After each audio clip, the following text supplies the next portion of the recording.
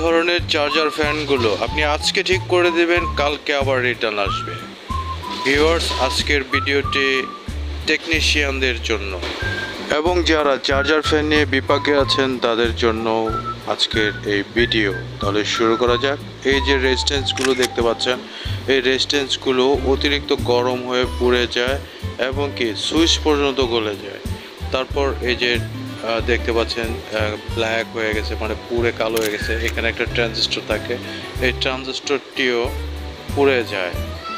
তো এটা পুরার যে আসল রহস্য সেটা আমরা এই ভিডিওতে আজকে উপস্থাপন করব। ভিডিওটি দেখতে থাকুন এবং আমাদের চ্যানেলটি সাবস্ক্রাইব করা না থাকলে অবশ্যই সাবস্ক্রাইব করে পাশে থাকা বেল আইকনটি অবশ্যই বাজিয়ে দেবেন। এটা একটি ডিফেন্ডার চার্জার ফ্যান। এই ফ্যানটিতে ওই পার্টসগুলো নষ্ট হয়ে যাওয়ার কারণে ওই পার্টসগুলো ঠিক করে বা চেঞ্জ করে পরিবর্তন করে দেওয়ার পরেও একদিন পরে ঠিক আবার সেম পার্টসগুলো পুড়ে যায়।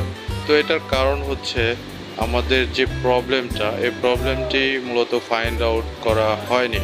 তো এই প্রবলেমটি ফাইন্ড আউট করতে হলে সর্বপ্রথম আমাদেরকে আবার যে পার্টসগুলো নষ্ট হয়ে গেছে সেই পার্টসগুলো আবার নতুন করে লাগাতে হবে। পার্টসগুলো নতুন করে লাগানোর পর আমাদেরকে দেখতে হবে যে মোটরটি গরম হয় কিনা।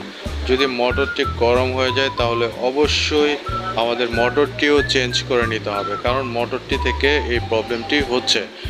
মূলত মোটর সমস্যার কারণে আমাদের এই পার্টসগুলো নষ্ট হয়ে যাবে বারবার। আপনি এই পার্টসগুলো চেঞ্জ করার পরে আপনার চার্জার ফ্যানটি ওকে হয়ে যাবে, চার্জার ফ্যানটি চলবে, কিন্তু আপনি যখন দীর্ঘ সময় এটি ইউজ করবেন, এটি ইউজ করার পরে আপনার সেম প্রবলেমটি আবার দেখা দেবে, চার্জার ফ্যানটি ঘুরবে না।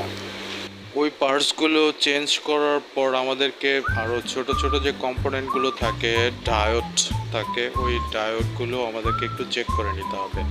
এই যে দেখতে পাচ্ছেন ব্যাটারি, এই ব্যাটারিটা পর্যন্ত আপনাদেরকে নষ্ট করে ফেলতে পারে যদি মোটরটাতে প্রবলেম থাকে। আপনারা দেখতে পারবেন যে মোটরটি ঘুরছে, খুব সুন্দরভাবে বাতাস দিচ্ছে, বাট মোটরটি গরম হয়ে যাবে। যদি মোটরটি গরম হয়ে যায় তাহলে আমাদেরকে বুঝে নিতে হবে যে মোটরটিতে অবশ্যই প্রবলেম আছে, আর এই মোটরের প্রবলেম থাকার কারণেই এই প্রবলেমগুলো হচ্ছে। এই প্রবলেমের জন্য আমাদের এই যে ব্যাটারিটি দেখতে পাচ্ছেন, এই ব্যাটারিটিও আপনার ড্যামেজ করে ফেলেছে। যেখানে থাকবে 12 ভোল্ট সেখানে আছে 1.9 ভোল্ট। 1 ঘন্টা চালানোর পরে এই পার্টসগুলো গরম হয়ে যায় এবং এই ট্রানজিস্টর এটা গরম হয়ে পুড়ে যায়, মানে শর্ট হয়ে যায় এটা, এমনকি রেজিস্ট্যান্সগুলোও নষ্ট হয়ে যায়। তো আমাদের পাওয়ার সাপ্লাইটি ওকে আছে। তো এমন তো অবস্থায় যদি আপনারা চালাতে থাকেন তাহলে পাওয়ার সাপ্লাইটিও প্রবলেম হয়ে যেতে পারে। এই চার্জার ফ্যানগুলোতে আমি আরেকটা টেকনিক বলে দেই। যদি মোটর প্রবলেম হয় তাহলে আপনারা একটা কাইন্ডলি খুব সহজভাবেই আপনারা এটি চেক করে নিতে পারবেন। আপনি হচ্ছে এই ফ্যানটি হচ্ছে 26 ওয়াটের, আপনি একটি সিরিজ লাইন ইউজ করে এই ফ্যানটি চালাতে পারেন। যদি সিরিজ লাইনটি মোটামুটি ভালোভাবে জ্বলে থাকে তাহলে আমাদেরকে বুঝে নিতে হবে যে মোটরটিতে অবশ্যই প্রবলেম আছে। আর সার্কিটের পার্টসগুলো সবগুলো চেক করার পরেও যদি সিরিজ লাইন জ্বলে থাকে তাহলে আমাদের মোটরটিতে প্রবলেম আছে। এবং কি আপনারা মোটরটি খুলে একটু হাত দিয়ে ধরে দেখবেন যে মোটরটি ভালো আছে কিনা। এই যে আপনারা দেখতে পাচ্ছেন যে ট্রানজিস্টরটি পুড়ে গেছে, সেই ট্রানজিস্টরটি আমরা দেখানোর চেষ্টা করছি। ব্যাটারির উপরে রাখা আছে, এটি একটি 4.5 এম্পিয়ার ব্যাটারি। এই ব্যাটারিটি ড্যামেজ হয়ে গেছে এবং কি সার্কিটে থাকা কিছু ছোট ছোট পার্টসও ড্যামেজ হয়ে গেছে। এগুলো লাগানোর পর অবশ্যই ফ্যানটি চলবে, কিন্তু আমাদের মোটরটি অবশ্যই চেঞ্জ করে নিতে হবে। মোটরটি চেঞ্জ করা ছাড়া ফ্যানটি হয়তো ঘুরবে কিন্তু সার্কিটটিতে আবার পুনরায় প্রবলেম দেখা দেবে।